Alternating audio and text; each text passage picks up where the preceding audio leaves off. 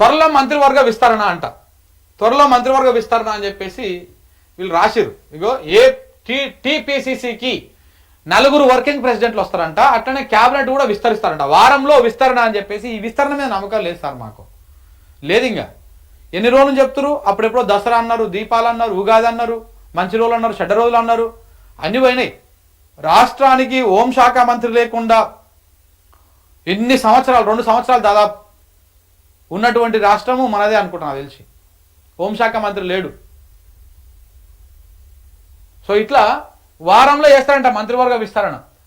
PCC కొత్త కార్యవర్గాన్ని కూడా అది చేస్తారంట, 4 వర్కింగ్ ప్రెసిడెంట్లను చేస్తారంట. ఇప్పుడు ఆల్రెడీ వర్కింగ్ ప్రెసిడెంట్గా కొంతమంది ఉన్నారు, ఎవరు జగ్గారెడ్డి, ఇంకో కొంతమంది ఉన్నారు, అంజన్ కుమార్ యాదవ్ అట్లాంటి వాళ్ళు.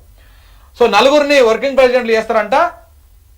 కొత్త పార్టీలో కొత్త కార్యవర్గము, ఇటు ప్రభుత్వంలో కొత్త మంత్రివర్గం విస్తరణ కూడా జరుగుతుందంట.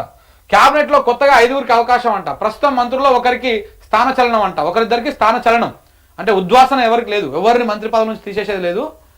స్థానచలనం అంటే శాఖలు మారుస్తారేమో. కేసీ వేణుగోపాల్తో గంటకు పైగా సీఎం పిసిసి చీఫ్ భేటీ అయ్యిండు. నేడు రాహుల్ ఖర్గే, రేపు ఖర్గేతో రేవంత్ మహేష్ కుమార్ సమావేశం అంట. రాహుల్ అపాయింట్మెంట్ దొరికిందా? ఏది మరి మనకైతే ఏడా మరి చెప్తలేరు, ఎక్కడ కూడా వస్తలేదు. రాహుల్ అపాయింట్మెంట్ దొరికింది అనేటువంటి అంశం మాత్రం ఏడా ఇంకా అఫీషియల్గా చెప్పట్లేదు. మరి దొరికిందా దొరకలేదా?